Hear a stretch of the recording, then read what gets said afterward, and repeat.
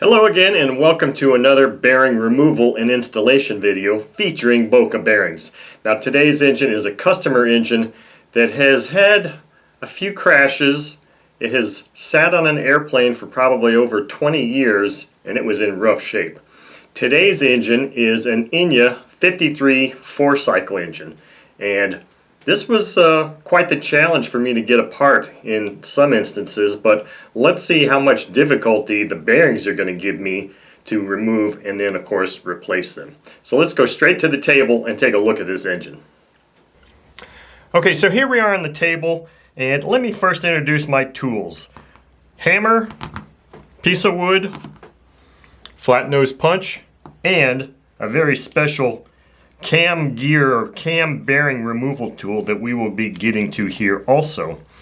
I've got my desk vise, a new heat glove, and of course my trusty 30-plus-year-old heat gun. So as I said, Enya 53 4-cycle engine, and that's exactly what it says here. This is an engine that is just a wonderful engine when they're all freshened up and have new bearings in them. So if you can look at the end of this crankshaft, that counterweight is just filled with gunk and rust, and this is going to require some real effort to go and clean up. And then of course we've got the rear timing cover. So this rear timing cover goes on the engine like this, and that is where our push rods go. So it's a rear push rod mounted engine, rear timing engine, and it's got this little bitty bearing in here that is really challenging to get out if you don't have a proper tool to use to do that, which is what we're going to be showing here. So let me first start by oh, and I didn't show this particular one. There's actually a bearing in here that we're going to be removing too. So let me begin by heating up. These things look like I put some oil in them already to help me out a little bit. So I'm going to move this tool off to the side first. I'm going to heat this main crankshaft or front housing up.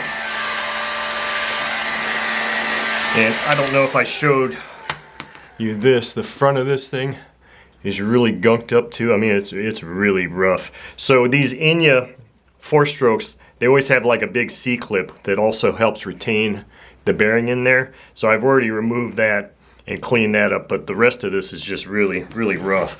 I probably could have put it in the ultrasonic first, but I chose not to.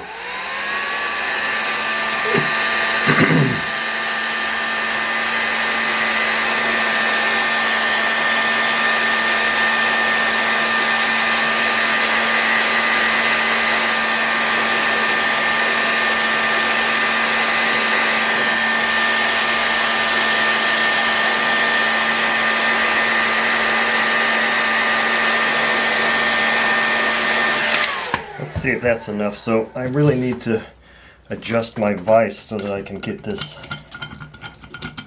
just the front part of this, at least the corners in here. And let's see if we can extract this.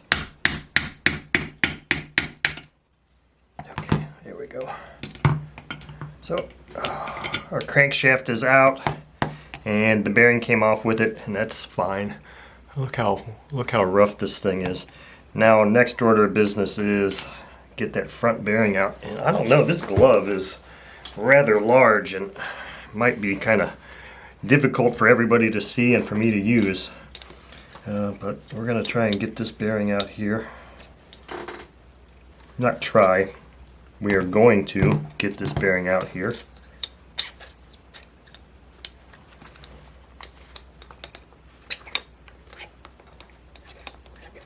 Just have to make sure I'm on the lip of that bearing.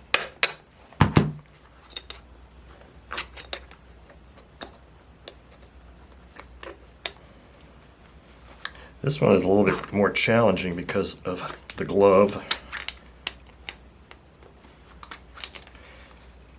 You know what I think I'm going to do here? I'm thinking about going to my largest.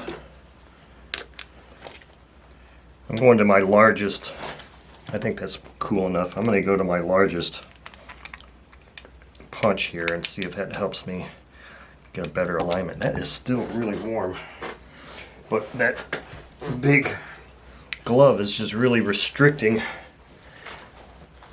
Oh, maybe I can just do this. Since this bearing is recessed a little bit, maybe I can just put it on here and start getting it to come out this way. And then it'll just take one simple little tap. Yeah, it's coming out. So now I think it's probably cool enough and it's moving, so I can probably just do. There we go. Wow. That bearing is rough. Funny thing is, it doesn't feel that rough. It just looks really rough. Okay, so that's out. We still have two other bearings to get out. Let's get this guy off of here.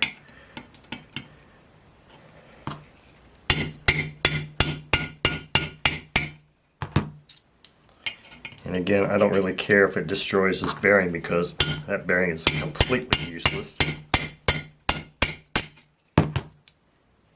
Man, this is just a really, really rough engine. I'm hoping that this can be salvaged. This crankshaft is pretty rough condition. I mean, it's filling my hand with rust is what it looks like. That is some rough stuff there. So, let me, gotta find my paper towel here real quick.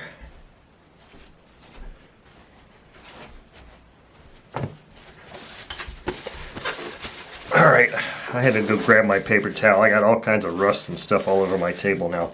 So for this next bearing, we'll just set this stuff right here. This next bearing should be considerably easier. It's the one that's housed within here. And for this, I think I'm just going to go ahead and move my vise over here. And I'm probably going to heat this up just a little bit and get on this edge. So I'm going in this hole here that the timing wheel it comes out of, and I'll be coming in like this. And there's plenty of edge here to get, but man, that inner race of that bearing looks pretty loose. And I'm hoping that that whole bearing comes out without destroying and leaving the outer race in there. That would be a problem.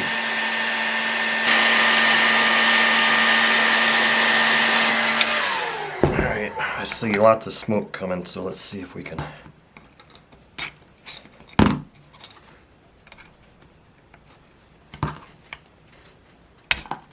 Wow. That was a lot easier than I thought. A lot easier. See, as you can see, that bearing came out crud. That's not what I wanted to see happen. That's exactly what I didn't want to see happen. That bearing came out, but the inner race. So now I've got balls, little bearing balls all over the table here, and I still have that inner race that's in this engine, and I am not certain how I'm supposed to get that out. This could be kind of a deal breaker on this engine because I really don't have any kind of a tool that I'm aware of that I can use to get that thing out.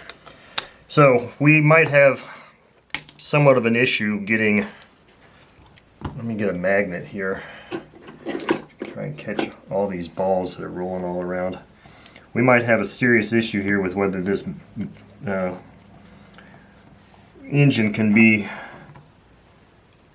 salvaged. I hope I got all the balls. I don't know that I did or not. Just because of the fact that that inner race stayed in there, or the outer race, I'm sorry. The outer race stayed in there. I thought that thing looked really wonky when I was touching it, and it is in there, and I'm not really certain how I'm supposed to get that out. That's going to take some considerable effort and maybe some consultations from other people because I just don't have the means to do that at this moment in my thinking. Now, so we're going to go to this final bearing, which is this little camshaft bearing, which probably is going to be considerably easier than that one because that one didn't come out intact. So what I'm going to be using here is a specifically designed cam bearing removal tool that a buddy of mine, Bill, has designed, and he's been using for years, and he's so kindly given me several of these. And this is actually a tool that Boca is going to be developing into a production-ready item to sell for removing and installing.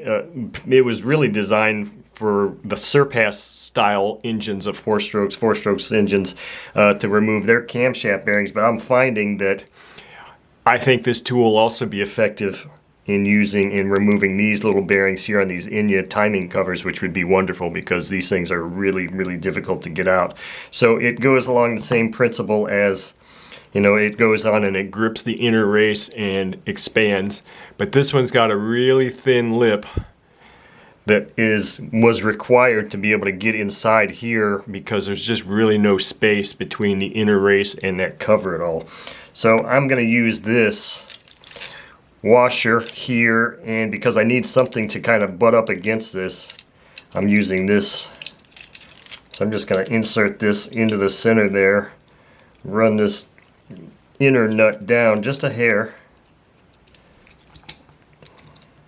Let me put it up here so you can see it better. So I'm just running that one down, and that's the one that we're going to use to extract. And I'm going to push this push rod in all the way. That push rod has to go in all the way. So now what I'm going to do is I'm going to open up my jaws of my vise and just grab this one outer nut, and I'm going to be rotating that one. So let me see if this is set right here.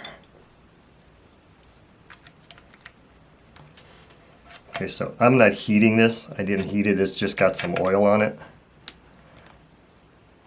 I'm hoping that'll be enough to just extract this bearing.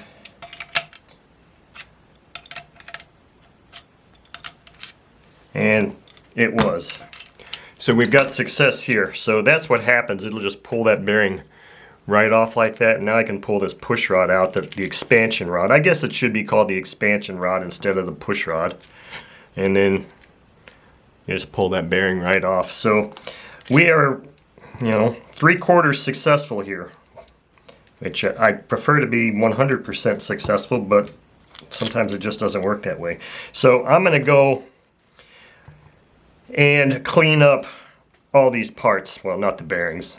Clean up the crankshaft, clean up this front housing, and clean this also, and hope to heck that in the process of cleaning this thing up, I just don't know what I'm going to do. I honestly don't know what I'm going to do to try to get that inner race out, because I think it's just so rusted and just corroded against that aluminum in there, and there is just no edge whatsoever for me to get on there. So I would have to have some kind of expansion tool to get in there, but I'm not even certain that there's a lip in there. But so that's what we're going to do. I'm going to go and clean these parts up, and if nothing else, I'll come back and at least do the bearing installations of these guys, and then we'll just still kind of try to ponder this. You probably won't see the bearing installation on this portion of the engine unless I'm just super lucky and find a way to get that magically out. So let me adjourn and go clean some parts up.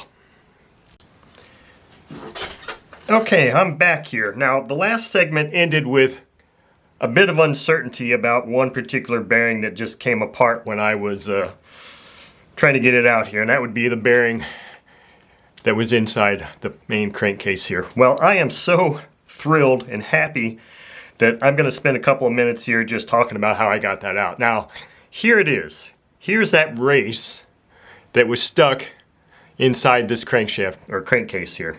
So this is a portion of the Boca bearing miniature bearing puller set, and I was just so lucky enough to find one of these chucks that I could expand enough to get in there. Now here's the real challenges that I was facing, and I'm not sure if you're going to be able to see in there or not, but there's the shoulder where the bearing seat, and then there's another shoulder. So it's, and let me see if I can see that here. Yeah, it was very difficult to actually get this thing positioned. It was impossible actually, because there wasn't a gap between this outer race and the crankcase itself. So as you can see here, I had to expand this thing with it inside the race, which made it rather dicey. So the things I did first was I put this through several cycles in the ultrasonic cleaner to clean it up.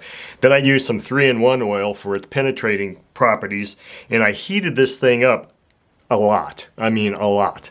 And then once I felt that I had it grabbed adequately, Then instead of trying to pull this thing out, because I knew that was going to be unsuccessful, I actually found a punch that did two things. It fit perfectly in this hole and still gave me room to move up and down, or downward it would be in this case. And it allowed me to get inside these jaws like that. Now obviously this is not an ideal way to use this tool, and it may be damaging to the tool, but hey, I did what I had to do. So the fact that this went inside these jaws and it doesn't look like it was actually touching the needle chuck, and I thought I was tapping on that. So what I was doing was as I was tapping this thing out, I was actually expanding these jaws even more and tightening them up even more. And so, like I said, not an ideal way to use this tool, but hey, sometimes you got to do what you got to do to get things out. And quite honestly, I'm just thrilled that I'm able to salvage this engine and get that out, because that could have been a game changer. It could have been a game, not a game changer, it could have been a game ender. So I'm going to set that off to the side here, and we'll start with the normal bearing installation portion here. And I got to grab a couple of things that I forgot to grab because I was so excited. So what I've got here on the table is my piece of wood that I use to tap bearings in, my hammer, light hammer, and I got an assortment of Enya parts here. I've got a little aluminum collar, which is actually one of the original pieces that came off of Bill's cam gear remover tool, but it just so happens to be the perfect size to use as a drive to inset this bearing that's going to go in the front, because that bearing, if you recall from the last segment, has to be inset here. So it just so happens I'm going to put the piece of wood on this to tap it in, because I don't want to damage this thing. But look, I've just found another tool. I've just found another tool that will now enable me to use to inset those bearings. So that's really awesome. And I've got another little bitty socket here. It's actually a 732 socket, but it's going to act as my drive for this small bearing that goes in here, because it'll touch that bearing just enough, if you can see that, and allow me to actually press that bearing in place. So I've got some different things going on here. Now the thing that I had forgotten to put on the table was my jar. It's got some stuff in here. It might have enough in there. But I always use Lightning Lube's Road Power from Boca to do my reassembly tasks. And so I think I've got enough in here to go ahead and lubricate all of these parts up. So I'm just going to do that right now. Oh, before I do that, I want to show you this crankshaft. I took this out and used the 8-inch or 6-inch brass bristle brush on the bench grinder and cleaned this thing up. Now it's 23 degrees in my garage, so this was a rather cold task, but this thing looks really nice. So I'm going to go ahead and lubricate this thing up and get it ready to accept some bearings. I'll just put lubrication all over it. And the front housing here. Now, so here's another thing with this front housing, which is interesting, is that if you look at the depth of this, that front bearing or main rear bearing is only going to go in there so far. So half of it's going to be sticking out. So that other portion that's sticking out is actually what will aid in the alignment of the front housing. So that's kind of an interesting thing. So I've got to be careful not to sit there and keep pounding thinking that it's going to go in anymore. This part here, I think I can kind of get some oil in there. Now here is the timing gear shaft that is in the Enya engine. Now this thing was rough looking, and what you're seeing here is this was a little bit too small for me to hold on the bench grinder with the bristle brush, so I did all of this by hand with a sanding disc. And what you're seeing there is pitting. It's such that I can't get that out. So this metal part had quite a bit of rust on it.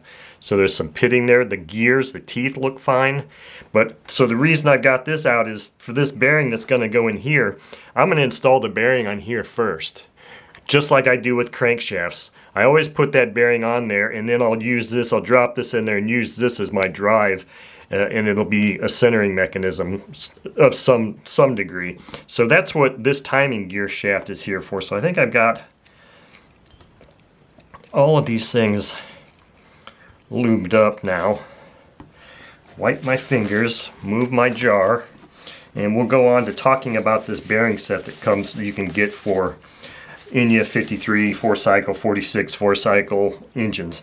So the first one here looks like I just happened to flip it up. It is the main front housing bearings for the crankshaft, and this is part number, or kit number I should say, ENK-031RS. That's the kit number I'm using for this. This is the camshaft bearings, so it's going to be the one in here and the one that goes on here. And this kit number is CSK-001. So Boca's got a nice kit that is specifically for these Enya 4-stroke engines, and it's really, really incredible. So with all that said, oops, let me move that out of the way so you can still see that beautiful engine there. And we will open these bearings up and see if there's anything I need to do to them as far as prepping. I don't think there is, at least as far as that one goes. I still have these really gnarly looking bearings, so the rear bearing here was completely open. Now this particular front bearing was completely sealed, so I believe that these are the original bearings that came in this engine. So if Enya thought it was best to use a sealed bearing in the front, well, I'm going to follow suit and do that also, because this is a rubber sealed bearing and I think that'll provide a lot of longevity for this. Now this rear bearing, we'll be removing the metal shields on. So let's just get these guys out. So I'm really just beside myself happy about this. I was really, really concerned about being able to get that inner race out, and it didn't take quite as long as I thought. I mean, it took me maybe a total of, I don't know, if you include the time that thing sat in the ultrasonic cleaner, is probably close to an hour. But once I got that thing gripped on there, it worked really well, which was fantastic.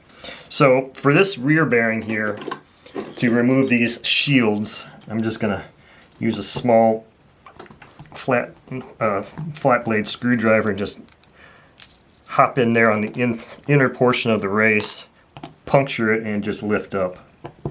And these things come out very easily.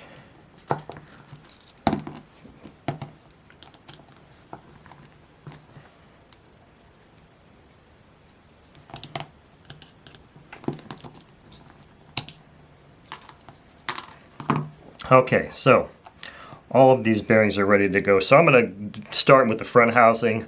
So I'm going to grab my jar again here and just kind of lightly lubricate the outer portions of these bearings. And if I could get in that inner part, I would do that too, which I might have.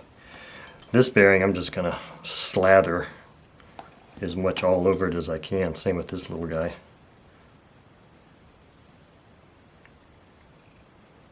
So this is, okay, let's put this all back together, get it out of the way, wipe the fingers. So, as I always like to do, I'm going to install the main bearing on the crankshaft first. And like I said, this will only go in here part of the way. So, but it'll also help me with the centering mechanism. So I'm going to do this, address the issues or the installation of this front bearing here first. So I'm going to put my glove on. This glove I'm finding is rather large and kind of bulky. But, you know, and I think what I want to do is I want to maybe move this over here just a little bit more so I can do that instead of melting anything here. So I'm just going to heat this up a little bit. Not a lot.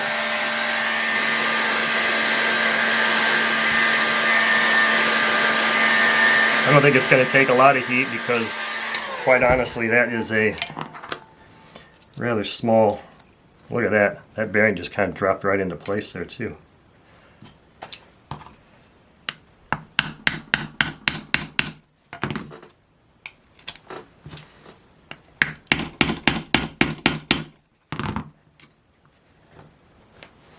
Now Now the question is, can I tell when that thing is fully seated?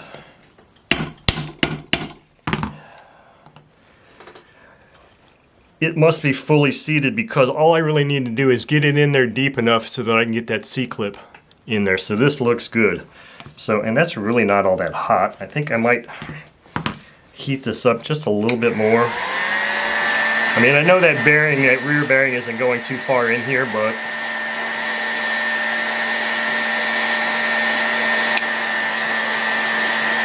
we'll expand this aluminum just a little bit. And I'll probably have to open this up just a little bit so my crankshaft can go through there. So here's our centering mechanism. It looks like that bearing just dropped right in there actually. And I forgot to tell you about this little tool that I use my awl to drive this in, but looks like that is, see here, now this has got some flats on it. So I might need to tap that one more time just to make sure those flats clear. Yeah, I think that's in there. Because the thrust hub actually insets in there. I don't want to put it in there yet because I've got that C-clip to put in. So our front housing is done. Look at that. It's just beautiful. Enya engines, I really like them. So I'm done with that tool. I'm going to get that out of the way. The next tool I'm going to, or the next bearing I'm going to install is this one that goes in here. And see how that bearing just fits real nicely on there.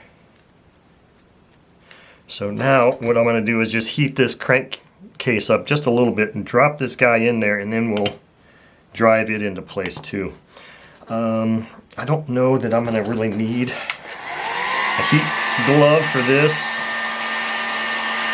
I don't want to use it, but as I'm blowing in here, I'm feeling the hot air coming out there, so.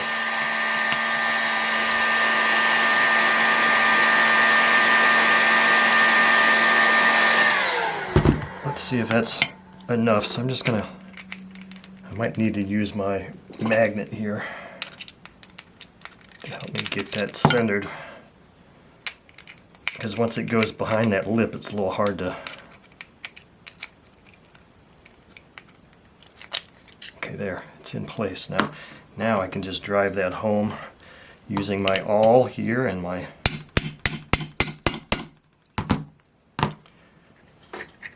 and it looks like that is fully seated now also. I would be able to tell when I put the crank shaft housing together, but that looks like that's exposed, all it's supposed to be exposed here. Let's just trial fit this. Yeah, okay. So it's definitely in good. So that leaves the final bearing to install is this one here.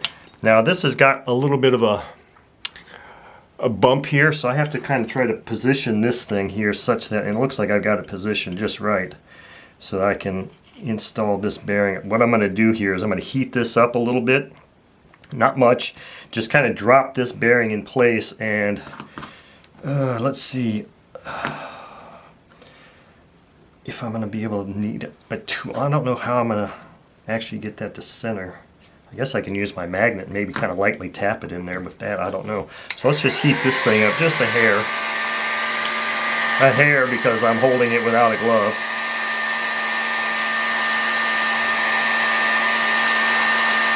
And it's getting warm, so let's abort that. And balls up on this guy. And of course it just fell in there the other way. This is how it came out, so that's how it's going in there. I think I'm going to have to use my magnet here to help position that thing. I know this is probably a little bit challenging to see. It's a little bit challenging for me to see too. I'm just going to kind of lightly start tapping this and see if I can straighten that thing out.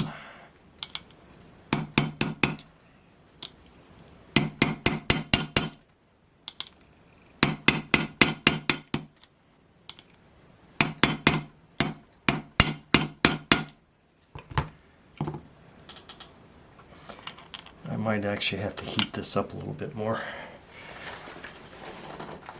It's a little bit tighter fit than I was hoping it was going to be.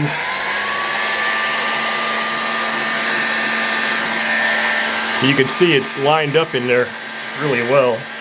It's just now a matter of just getting it in place.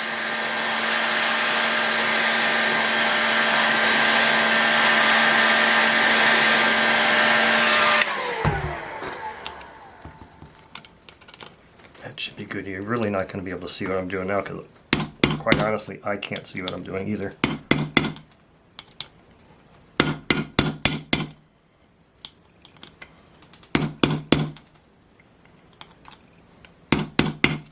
Okay, so here's the test to make sure that I've got that fully seated. And if this matches up, because see, this portion of the timing shaft is what mates into that bearing. So if that times up or lines up and allows me to close the case fully, then that bearing is fully seated. So, and it's interesting because I don't know if you're going to be able to see it or not. When that bearing is fully seated, it's not like the outer race isn't completely flush with that lower surface. It's sticking up probably a millimeter and a half or so. So that is fully hot, fully seated. So now that has been the installation, the bearing installation portion of this video, and that's all there is to it. I say that's all there is to it, but believe me, this one was a little bit more challenging than many engines that I do. So hope you enjoyed watching, and that's all for now.